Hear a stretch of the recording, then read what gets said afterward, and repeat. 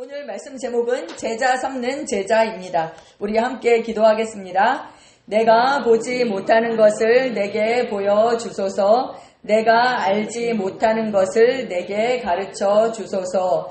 하나님이 나를 위해 예비해 놓으신 것을 위해 나를 준비시켜 주소서. 아멘. 네, 올해 2026년 유대력으로는 5786년입니다. 우리 교회 표어는 연결되고 성정하고 풍성한 열매를 맺는 해입니다. 네, 우리 교회에게 주신 말씀 요한복음 15장 5절, 7절, 8절 함께 읽겠습니다.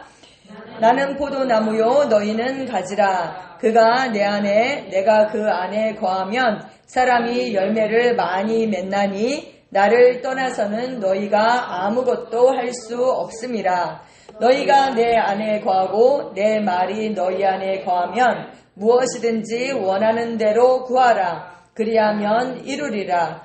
너희가 열매를 많이 맺으면 내 아버지께서 영광을 받으실 것이요 너희는 내 제자가 되리라. 아멘.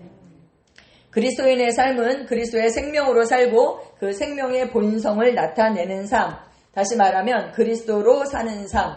그래서 그리스도인인 것이죠. 예수 그리스도의 정체성이 우리의 정체성이고 또 그분이 이 땅에서 계실 때 하셨던 그 사역이 곧 우리의 사역입니다. 그런데 예수님께서 이 땅에 하신 많은 그 사역들이 있었지만 결국 이 땅에 남기신 것은 바로 11 제자죠. 구속 사역은 3일 만에 이루셨어요. 그렇죠? 십자가에 달리시고 장사되시고 부활하신 것은 3일 동안 이루셨지만 제자 삼는 것은 공생의 기간 동안 3년 반 동안 제자를 삼으셨고 이 땅에 자신을 대신할 그 11 제자를 남기셨습니다. 그리고 마지막 승천하시면서 우리에게도 가서 모든 민족을 제자로 삼아라 라고 명령하셨습니다. 그리스도의 몸 안에 많은 사역이 있지만 제자 삼는 것이 진정으로 우리가 힘써야 하는 그런 사역입니다. 그리고 결국 정말 우리가 맺는 그 열매는 제자다. 이것을 깨닫게 하셨습니다. 올해 하나님께서 저에게 주신 말씀 지난주에 나눴는데요. 다시 한번 말씀드리면 창세기 49장 22절 말씀입니다. 우리 공동 번역으로 함께 읽겠습니다. 요셉은 열매가 주렁주렁한 가지, 샘가에 늘어진 열매가 주렁주렁한 가지, 담장 넘어 뻗어가는 가지라. 아멘. 열매가 주렁주렁하다 이러니까 시각적 효과가 있죠. 딱 상상이 됩니다. 그리고 정말 감사한 것이 이 담장 넘어 뻗어가는 가지다. 그냥 울 안에, 담 안에 갇힌 그런 나무가 아닙니다. 우리는 담장 너머로 뻗어 나아갑니다. 아멘. 저는 이 말씀을 어떻게 적용할 것인가? 그리스도의 생명으로 살고 제자를 삼는 제자의 삶으로 적용하려고 합니다. 제자가 여러분과 저의 열매입니다. 결국 아버지께서 원하시는 것은 그 원하시는 열매는 제자가 되고 제자를 삼는 것이라는 것을 깨닫게 되었습니다. 예수님께서 인자가 온 것은 잃어버린 자를 찾아 구원하려 함이라 이렇게 말씀하시고 이어서 10문화의 비유를 말씀하셨어요. 여러분 잘 아시죠? 누가복음 19장 12절에서 13절 함께 읽겠습니다. 이르시되 어떤 귀인이 왕위를 받아 가지고 오려고 먼 나라로 갈 때에 그 종 10을 불러 은화 10문화를 주며 이르되 내가 돌아올 때까지 장사하라 하니라. 10종 모두 똑같이 한 문화씩을 받았습니다. 그 한 문화를 가지고 왕위를 받아 가지고 올 때까지 장사하라 라는 명령을 받았어요. 이것은 구원받은 모든 그리스도인에게 주신 명령입니다. 왜요? 우리가 모두 구원을 받았잖아요. 우리가 모두 하나님의 생명을 가지고 있습니다. 예수님께서 왕위를 받아 가지고 왕으로 재림하실 것입니다. 초림하셨던 것처럼 반드시 그 말씀의 성취로 재림하실 것입니다. 그때에 우리는 우리 각각이 장사한 것을 그 앞에 셈해야 합니다. 우리에게 주어진 시간, 재물, 재능, 모든 것을 썩을 것이 아니라 영원한 것에 투자하고 많은 것을 남기는 그런 장사를 우리가 해야 되겠죠. 아멘. 그렇게 많은 것을 남기는 저와 여러분이 되기를 축복합니다. 우리는 그리스도의 생명으로 살고 제자를 삼는 제자입니다. 아멘. 네, 우리 교회 비전이 뭐죠? 제자를 삼는 제자, 교회를 세우는 교회. 그리스도의 군사를 훈련하는 훈련소입니다. 네, 제일 처음 제자를 삼는 제자라는 제목으로 새해에 오늘 1월 마지막 주 예배인데요. 이 말씀으로 말씀을 좀 더 나누고자 합니다. 한국 교회에서 설교하지 않는 주제가 있어요. 그게 뭐냐 하면 제자도와 재정에 관한 설교예요. 왜 그럴까? 제자가 너무 중요한데 왜 제자의 도를 가르치지 않을까? 생각해 봤을 때 가르치는 사람 입장에서 제자 도를 가르치는 것이 좀 부담스러울 것 같아요. 사실 그런 부담이 있거든요. 왜냐하면 제가 제자가 되지 못하면 제자를 삼을 수가 없는 거잖아요. 사도 바울이 나는 그리스도로 본받은 것처럼 너희도 나를 본받으라 이렇게 말할 수 있어야 되잖아요. 근데 그것에 대한 사실 부담이 있는 것이죠. 육신적으로 볼 때 그렇습니다. 근데 어쨌든 예수님은 제자 삼으라 이렇게 말씀하셨죠. 그리고 재정도 마찬가지인 것 같아요. 성도들이 시험에 들까봐 이렇게 재정에 관한 설교를 하면 시험에 들까봐 잘 하지 않는 설교 중에 하나인 것 같아요. 근데 김진호 목사님께서 적어도 1년에 한 번은 반드시 제자도와 재정에 관한 설교를 하신다라고 그랬거든요. 그래서 저도 그렇게 하려고 했었어요. 나도 매년 한 번은 해야지 했는데 제가 이 말씀을 준비하면서 과거에 했던 설교를 찾아보니까 제자도를 한 지가 꽤 오래됐더라고요. 이 제자도에 대한 말씀을 나눈 지가 굉장히 오래됐더라고요. 작년 거 찾아봤는데 없어요. 그 작년 거 찾아봤는데 없어요. 그래서 벌써 3년이나 됐더라고요. 그래서 이번 주에 제자에 대한 이야기를 나누고자 합니다. 이 말씀이 정말 얼마나 우리에게 중요한지요. 먼저 제자를 알려면 이 스승과 제자라는 제목인데요. 제자는 이 말이요 사복음서에 많이 나와요. 그리스도와 그리스도를 따르는 자들 그 사이의 관계를 나타내기 위해서 쓰인 단어예요. 그리스도와 그리스도를 따르는 자들. 예수님도 자기 자신을 따르는 그 자들을 말씀하실 때 친히 제자라는 이 말을 사용하셨습니다.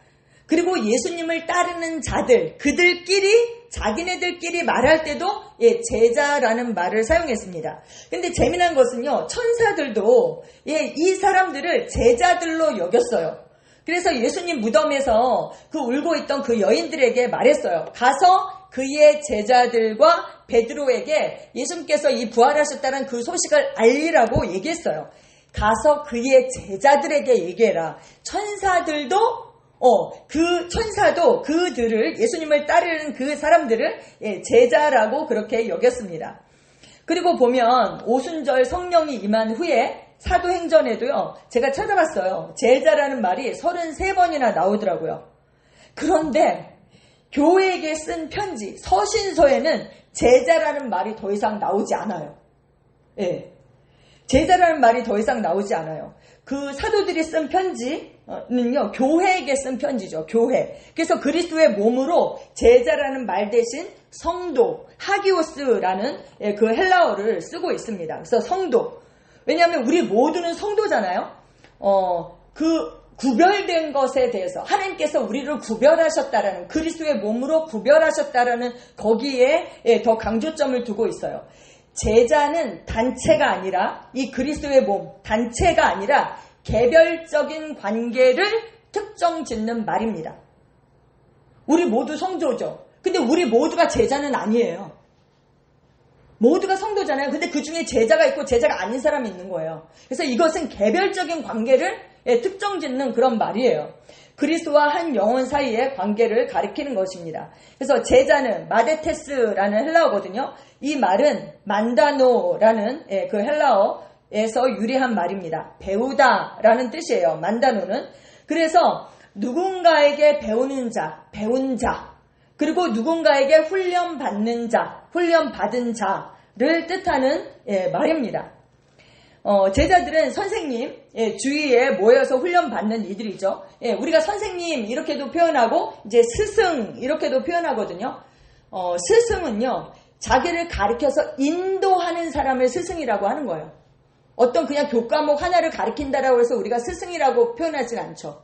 가르쳐서 인도하는 사람. 뭐 선생님은 학생을 가르치는 그런 사람이죠. 그래서 우리가 이제 뭐 선생님 이렇게 표현할 수도 있고, 스승님 이렇게 표현할 수도 있는데, 어쨌든 예수님은 우리를 가르치시고 인도하시는 스승님, 선생님이십니다. 가장 이상적인 선생님이시죠. 왜요? 그분은 모든 것을 알고 계세요. 그래서 우리를 가장 최고의 길로 인도하실 수 있는 분이죠. 제자들은 진리를 찾고자 예수님께 와서 예수님과 함께 동행했어요. 그리고 그 가르침에서 인간을 향한 하나님의 궁극적인 목적, 그리고 그들을 향한 하나님의 뜻을 배웠습니다. 그리고 한 발 한 발 걸어가야 할 그 길, 실천의 그 길을 배웠습니다. 이 관계는 강사와 학생의 관계가 아니에요. 스승과 제자의 관계는요, 강사와 학생의 그 관계랑은 다른 것이죠. 강사는 뭐예요? 그냥 가르치는 거예요. 이론을. 그래서 전문적인 어떤 지식이 있어서 그냥 그 지식을 전달하는 거죠. 강사가 하는 말을 듣고 사람들은 자신의 생활에 그것을 적용할 수도 있고 그렇지 않을 수도 있어요. 맞는 말이네, 좋은 말이네. 그리고 삶에 가서 하나도 적용하지 않아요. 그럼 그냥 강의를 하는 거죠. 우리는 그저 왔다 갔다 하는 청강생이 아닙니다. 전문가에게 어떤 지식을 얻으려고 하는 청중도 아닙니다.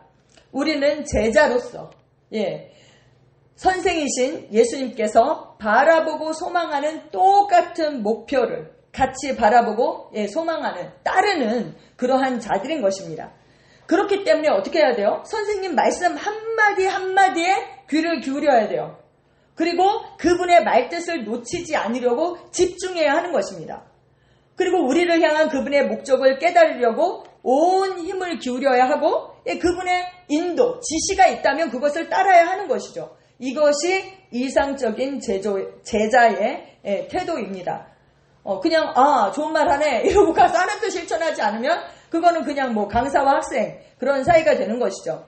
예수님도 친히 제자도의 진정하고도 궁극적인 논점을 분명히 밝히셨어요. 예수님 스스로 요한복음 8장 31절에서 32절에 이렇게 말씀하셨습니다. 시작. 그러므로 예수께서 자기를 믿은 유대인들에게 이르시되 너희가 내 말에 거하면 참으로 내 제자가 되고 진리를 알지니 진리가 너희를 자유롭게 하리라. 아멘. 자기를 믿은 유대인들에게 말씀하셨어요. 믿은 자들에게. 그러면서 참으로 예수님의 제자가 되기 위해서는 어떻게 해야 된다고요? 너희가 내 말에 거하면 참으로 내 제자가 되고, 이렇게 얘기하셨어요. 말씀에 거해야 되는 거예요. 제자가 되려면. 스승의 말을 가볍게 여기는 사람이 어떻게 가르침을 받는 제자가 될 수 있겠어요? 그러니까 이 제자가 되려면 그 말을 귀중하게 여기고 스승님의 그 말씀에 거해야 되는구나. 네, 그렇습니다. 제자가 되는 이들이 누리는 특권이 있습니다. 그게 뭐냐? 예수님이 우리를 친히 가르치시고 우리는 예수님께 배울 수 있는 그 관계의 수립입니다. 그리고 또 더 이제 커다란 특권이 또 있는데, 그것은 예수님의 학교는 그냥 기술학교, 기술이라고 그러면 약간 무슨 어떤 테크닉을 배우는 그런 게 아니라 훈련 학교라는 거예요. 이론만 배우는 게 아니라는 거예요. 훈련. 우리가 배우는 내용이 이론에서 끝나는 것이 아니라 예수님은 그분이 말씀하신 진리들을 우리가 실생활에서 증명할 수 있는 그 기회를 제공하고 우리를 실생활에서 훈련하시는 거죠. 네, 그래서 예수님께서 제자들을 데리고 다니신 거죠. 여기서 그 학생들을, 제자들을 스튜던트라고 하지 않았잖아요. 학생이라고 하지 않고 뭐라고 그래요? disciples. 그쵸? 제자. 왜요? 디스플린을 하기 때문에, 훈련을 하기 때문에, 훈련을 받기 때문에 disciples가 되는 거죠. 강사와 학생이 아니라 스승과 제자입니다. 예수님은 말씀으로 우리를 교훈하시고 책망하시고 바르게 하시고 의로 교육하세요. 그래서 우리로 하여금 온전하게 하시고 실전에서 모든 선한 일을 행할 능력을 갖추게 하십니다. 예, 실전에서 모든 선한 일을 행할 수 있는 그 능력, 그 능력을 갖추게 하시는 거예요. 의로 교육한다 이랬잖아요. 교육. 이게 트레이닝 이렇게 돼 있어요. Training in righteousness. 우리를 트레이닝 하신다는 거예요. 그리고 킹 제임스로 보니까 instruction in righteousness 이렇게 돼 있더라고요. instruction 뭐예요? 지시하신다는 거죠, 우리를. 예. 그래서 우리가 실제 삶에서 그분의 가르침과 지시, 지도대로 행할 때 정말 짜잘한 아주 사소한 그런 내용까지도 실제가 되도록 그렇게 증명하십니다. 말씀이 실제가 되는 것. 이것이 진리라는 것을 증명하시는 거예요. 어떻게요? 말씀이 실제가 되게 하시는 분, 바로 성령님, 우리 안에 내주하시는 그 성령님의 역사로 이제 우리에게 예수님과 똑같은 분, 그분을 대신하신 그 성령님을 우리에게 보내주셨죠. 그분이 늘 우리 안에 거하시면서 늘 우리와 함께 하시고 우리에게 모든 것을 가르치시고 말씀을 생각나게 하시고 인도하십니다. 그분은 근데 증거의 영이세요. 증거의 영. 그래서 우리가 말씀 안에 거하면 그 뜻을 계시해 주시고 그 말씀을 우리가 삶에 실제 적용하면 그것이 실제가 되도록 그것을 증명하십니다. 정말 아주 작은 사소한 것까지도. 할렐루야. 우리가 이렇게 예수님으로부터 성령님으로부터 친히 훈련을 받는 그런 관계. 그게 얼마나 정말 큰 특권이에요. 그렇죠? 그런데 예수님께서 우리 모두가 제자가 되고 싶으시죠? 그냥 무리 중에 한 명이 되고 싶진 않잖아요. 강사와 학생 사이가 되고 싶진 않잖아요. 그렇죠? 근데 우리 모두 제자가 되고 싶어요. 근데 예수님께서 주님을 따르는 제자가 치러야 할 그 대가에 대해서도 명확하게 말씀하셨어요.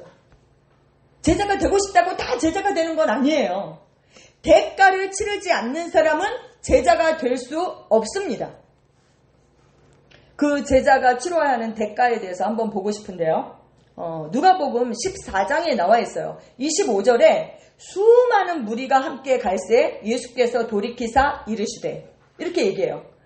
수많은 무리가 예수님을 따르고 있었어요. 근데 예수님께서 몸을 돌이키셨어요. 그리고 이렇게 말씀하셨어요. 제일 처음 누가복음 14장 26절입니다. 시작. 무릇 내게 오는 자가 자기 부모와 처자와 형제와 자매와 더욱이 자기 목숨까지 미워하지 아니하면 능히 내 제자가 되지 못하고. 와, 자기 부모, 처자, 형제와 자매, 심지어 자기 목숨까지 미워하지 않으면 주님의 제자가 될 수 없다. 아니 이게 뭔 소리야? 예수님은 너희 원수를 사랑하고 너희를 미워하는 자를 선대하라고 그렇게 누가복음 바로 몇 장 앞에 누가복음 6장 35절에 말씀하셨거든요. 아니 원수까지도 사랑하라고 그랬는데 아니 이 부모님을 미워하라니 이게 도대체 뭔 말인가? 여러분 궁금하지 않으세요? 아니 이거 제가 옛날에 뉴질랜드에서 말씀 전할 때 우리 직원 중에 일본 자매가 있었어요. 근데 그 자매한테 복음을 전했는데 어느 날 그 자매가 딱 성경을 갖고 오더니 이 말씀을 피드니 저한테 이게 뭔 말이냐 이렇게 물어보더라고요. 너무 충격을 받은 거예요. 아니 부모와 처자와 형제와 자매 심지어 자기 목숨까지 미워하라니 이게 뭔 말이냐고. 여기서 미워한다라는 것은 심리적인 그 미움을 뜻하는 것이 아니라 우선순위 중심의 문제입니다. 중심. 가족을 돌보지 말고 교회 일만 하라는 그런 뜻이 아니에요. 예수님은 제자가 될 사람은 인간적 관계보다 주님과의 관계가 우선이어야 함을 강조하신 것입니다. 근데 제가 이렇게 생각할 때 그러니까 우선순위를 잘 우리가 이제 정립을 해야 되는데 그 우선순위를 잘 정립하려면 어떻게 해야 되나 제가 이렇게 생각했거든요. 결국은 중심 문제예요. 중심. 우리가 예수님을 믿을 때요. 가장 중요한 것은 중심 회개라고 봐요. 나 중심에서 주님 중심으로. 우리가 예수님을 주님으로 영접하는 거잖아요. 그래서 이 중심이 바뀌어야 되거든요. 여기도 보면 자기 부모 이렇게 얘기했잖아요. 그거를 내 입장에서 얘기하면 내 부모, 내 처자, 내 형제 자매, 내 목숨 모든 게 나 중심인 거예요. 근데 그 나 중심에서 주님 중심으로 이 중심이 바뀌면 그 다음에 우선순위를 정하는 거는, 올바른 그 우선순위를 정립하는 것은 너무 쉬운 일이라는 생각이 들었어요. 근데 이 중심이 바뀌지 않으면 계속 그 우선순위에서 밀리게 되고 이것이 제대로 정립되지 않을 거라는 그런 생각을 하게 되었습니다. 마태복음에서는 똑같은 말씀인데, 아버지나 어머니를 나보다 더 사랑하는 자는 내게 합당하지 아니하고 아들이나 딸을 나보다 더 사랑하는 자도 내게 합당하지 아니하다 라고 이렇게 표현했어요. 더 사랑하는 거. 그래서 모든 관계들은 주님 안에서 재정립되어야 합니다. 부모, 형제, 자녀들, 우리가 당연히 사랑해야 할 대상이죠. 가장 사랑해야 할 대상이에요. 그런데 그런 가장 소중한 관계조차도 주님보다 우선되어서는 안 되는 것입니다. 주님 중심으로, 중심이 바뀐 다음에 관계가 재정립되어야 하는 것입니다. 우리의 인생은 시간으로 되어 있죠. 우리는 이 유한한 시간을 팔아서 영원한 것에 투자하는 사람들입니다. 우리 안에 우선순위가 정확하지 않으면 그냥 우리는 수많은 무리 중 한 명은 될 수가 있지만 제자는 될 수 없는 것입니다. 제자는. 그래서 나 중심에서 주님 중심으로. 회개가 뭐예요? 돌이키는 거잖아요. 그러니까 주님 중심으로 중심이 바뀌어야 하고 그 다음에 우선순위를 재정립해야 합니다. 그리고 예수님께서 두 번째를 말씀하셨어요. 두 번째, 누가복음 14장 27절 시작. 누구든지 자기 십자가를 지고 나를 따르지 않는 자도 능히 내 제자가 되지 못하리라. 또 십자가를 지라고. 십자가는 그냥 종교적 상징이 아니라 예수님께서 실제 죽으신 사형 틀입니다. 그런데 예수님만이 죽은 것이 아니에요. 그곳에서 누가 죽었어요? 옛사람인 내가 죽은 바로 나의 죽음의 자리입니다. 그래서 우리가 여기서 져야 하는 십자가는 나의 속을 썩이는 내 남편 아니면 내 부인이 아니라 질풍노도의 그 사춘기 자녀도 이 십자가가 아니라 바로 자기 십자가를 지는 것은 다른 말로 표현하면 자기를 부인하는 거죠. 자기를. 근데 여기서 자기를 부인한다는 게 뭐예요? 하나님을 따라서 의와 진리의 그 거룩함, 참된 거룩함으로 지으심을 받은 새 사람을 부인하라는 것이 아니라 옛사람을 부인하라는 거죠. 그래서 옛사람이 예수님과 함께 죽었음을 인식하고 그 옛사람에게 속한 육신의 일들을 거절하는 것입니다. 옛사람인 내가 죽고 예수로 사는 그 삶의 시작인 것이죠. 그래서 사도 바울이 고백했잖아요. 뭐라고요? 시작. 내가 그리스도와 함께 십자가에 못 박혔나니 그런즉 이제는 내가 사는 것이 아니요 오직 내 안에 그리스도께서 사시는 것이라. 아멘. 아멘. 바로 이 삶입니다. 자기를 부인하지 않고 주님의 뜻이 아니라 그냥 내 뜻, 내 생각, 내 동기와 욕심을 가지고 주님을 따르는 자는 따르는 것 같지만 결국 그 끝이 다르게 되는 것이죠. 우리가 얼마든지 자기의 뜻을 위해서, 자기의 성공을 위해서 주님을 이용할 수가 있죠. 그런 자는 주님의 제자가 될 수 없는 것입니다. 가룟 유다처럼. 그렇죠? 그래서 우리는 내가 옛사람이 죽었음을 인식하고 정말 그 그리스도로 사는 삶, 그 삶을 사는 자가 바로 예수님의 제자가 될 수 있는 것입니다. 세 번째, 함께 읽겠습니다. 이와 같이 너희 중에 누구든지 자기의 모든 소유를 버리지 아니하면 능히 내 제자가 되지 못하리라. 한 발 더 나아갔어요. 소유를, 그것도 자기의 모든 소유를 버려야 한다. 와, 제자가 되기 위한 강도가 갈수록 강해지고 있습니다. 이래서 과연 누가 제자가 될 수 있겠는가? 라고 여러분 생각하십니까? 여기에서 자기의 모든 소유를 버린다. 이 버린다라는 개념은 뭐 물건을 쓰레기통에 던져 버리는 거, 그런 버리는 게 아니죠. 전 재산을 무조건 기부하라는 뜻도 아닙니다. 노숙자처럼 무소유의 삶을 살아라는 뜻이 아니죠. 모든 소유에 대한 주권을 주님께 양도하라는 것입니다. 우리가 어떻게 구원을 받았어요? 우리는 하나님께서 예수님을 죽은 자 가운데서 살리신 것을 마음으로 믿고 예수님을 주로 시인하여 구원을 받았습니다. 그분이 나의 주님이시다. 이 고백을 한 거예요. 주님이 주님이시라는 거는 나는 주님의 것입니다. 바로 이 고백이죠. 내가 주님의 것이라면 나에게 속한 모든 것도 주님의 것이죠. 그렇죠? 내게 속한 모든 것도 주님의 것입니다. 나의 생명, 시간, 돈, 재능, 자녀, 모든 것이 주님의 것입니다. 제자는 주님의 소유를 관리하고 그분의 뜻에 맞게 사용하는 사람이지 소유에 집착하고 매여 있는 사람이 아닙니다. 제가 이 말씀 이렇게 보는데요. 생각났어요. 노숙자가 아무것도 없잖아요. 그러면 정말 그 무소유처럼 그렇게 그 자유한 삶을 살까요? 제가 얼마 전에 오랜만에 전철을 탔는데 노숙자를 본 거예요. 얼마나 정말 쓰레기를 파리파리 싸가지고 그거를 쓰레기를 들고 다니는지. 그러니까 가난한 자가 탐욕이 없을 것 같지만 사실은 그 없는 사람일수록 더 물건에 집착하고 노숙자인데 그냥 이렇게 가볍게 다니면 되는데 그 쓰레기 진짜 조도 안 가질 거를 그렇게 바리바리 싸고 다니는 걸 보면서 그 집착에 대해서 제가 생각을 하게 됐어요. 예수님은 우리에게 요청하세요. 너의 안전장치인 소유를 의지하겠느냐? 아니면 나를 의지하겠느냐? 우리가 신뢰할 대상을 분명히 할 것을 요청하고 계십니다. 우리가 세상 사람들 말 이렇게 계속 들으면 저도 그런 생각이 들었군요. 노후 대책에 대해서. 당연히 하나님께서 우리에게 지혜를 주시고 재물 얻을 능력을 주셨기 때문에 당연히 하나님께서 우리에게 주신 지혜로 우리가 준비할 것은 준비해야 돼요.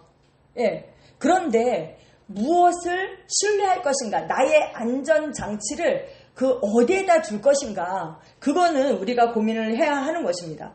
예수님께서 이 말씀을 하시기 바로 전에 하신 말씀이 있어요. 이와 같이 너희 중에 누구든지 자기의 모든 소유를 버리지 아니하면 능히 내 제자가 되지 못한다. 이 말씀을 하시기 전에 바로 앞절에 14장 28절 32절에 말씀을 하시는데 망대 짓는 사람과 전쟁에 나가는 임금의 비유를 말씀하셨어요. 망대를 세우는데 그 비용이 준공하기까지 충분한지 계산하지 않겠느냐. 전쟁에 나가는 임금이 내가 가진 군사 10,000명으로 적군 20,000명을 이길 수 있을지 먼저 계산하지 않겠느냐. 계산해 보라는 거예요. 그리고 이와 같이 너희 중에 누구든지 자기의 모든 소유를 버리지 않냐면 내 제자가 되지 못한다 라고 말씀하신 것입니다. 무슨 말씀입니까? 제자의 길은 세상과 하나님 나라 중간에 적당히 발만 담그는 것이 아닙니다. 세상에 속하지도 않았어요. 하나님 나라에 속하지도 않았어요. 그냥 중간에 있는 거예요. 왔다리 갔다리 하는 거예요.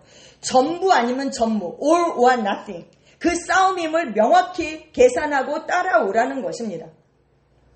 제가 얼마 전에 어떤 목사님 교회에 가게 되었는데요.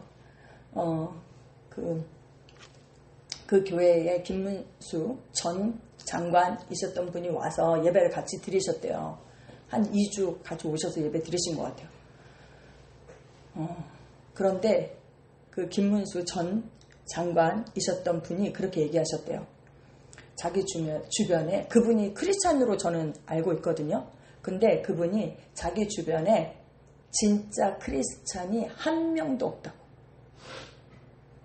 그러면서 그리스도인이면 자기에게 속한 것이 없어야 되는데 그냥 우리가 그리스도의 것이잖아요.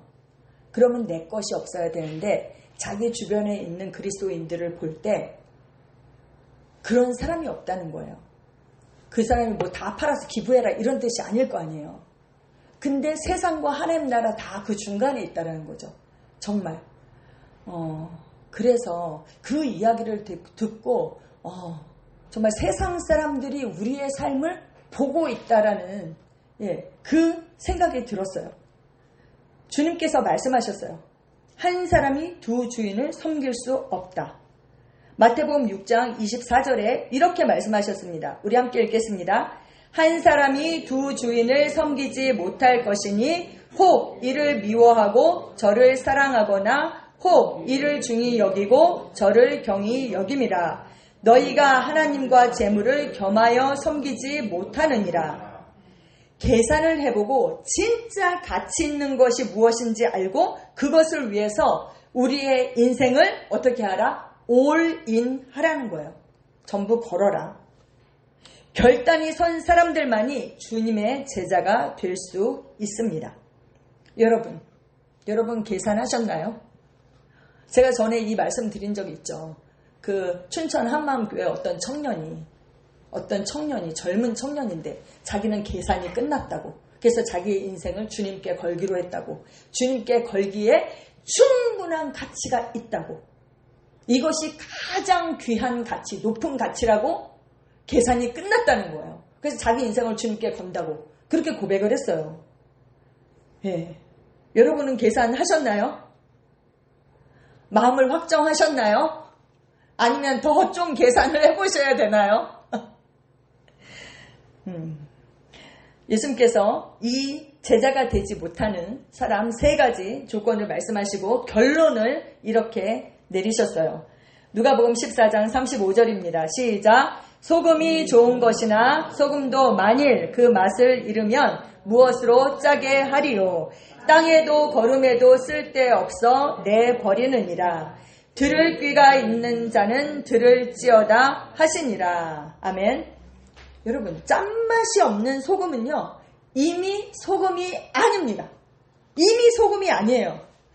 예수님을 따르는 삶, 제자가 되겠다고 우리가 결심했지만 우선순위를 바로 세우지 않고 첫 번째 주님 중심으로 바꾸지 않고 우선순위를 바로 세우지 않고 여전히 옛사람으로 살고 소유에 대한 주권을 이양하지 않고 자기 안위 때문에 세상 사람처럼 그렇게 산다면 제자로서의 본질을 잃어버린 것입니다. 그러니까 우리가 제자의 삶을 살기 위해서 어떻게 해야 돼요? 거꾸로 하면 되죠. 우리의 중심을 주님 중심으로 우선순위로 잘 세우고 그리스도로 살고, 그렇죠. 그리고 우리의 주권을 이양해서 정말 주님의 우리의 모든 삶의 주님, 그분의 지배와 통치를 받는 삶, 그 삶을 살아야 하는 것입니다. 아멘. 예수님과 우리 사이를 가로막고 제자의 삶을 살지 못하게 하는 것이 무엇인지 깨닫고 다시 한번 우리의 마음을 확정하는 그런 시간이 되시기를 축복합니다. 아멘. 우리는 제자를 삼는 제자입니다. 아멘.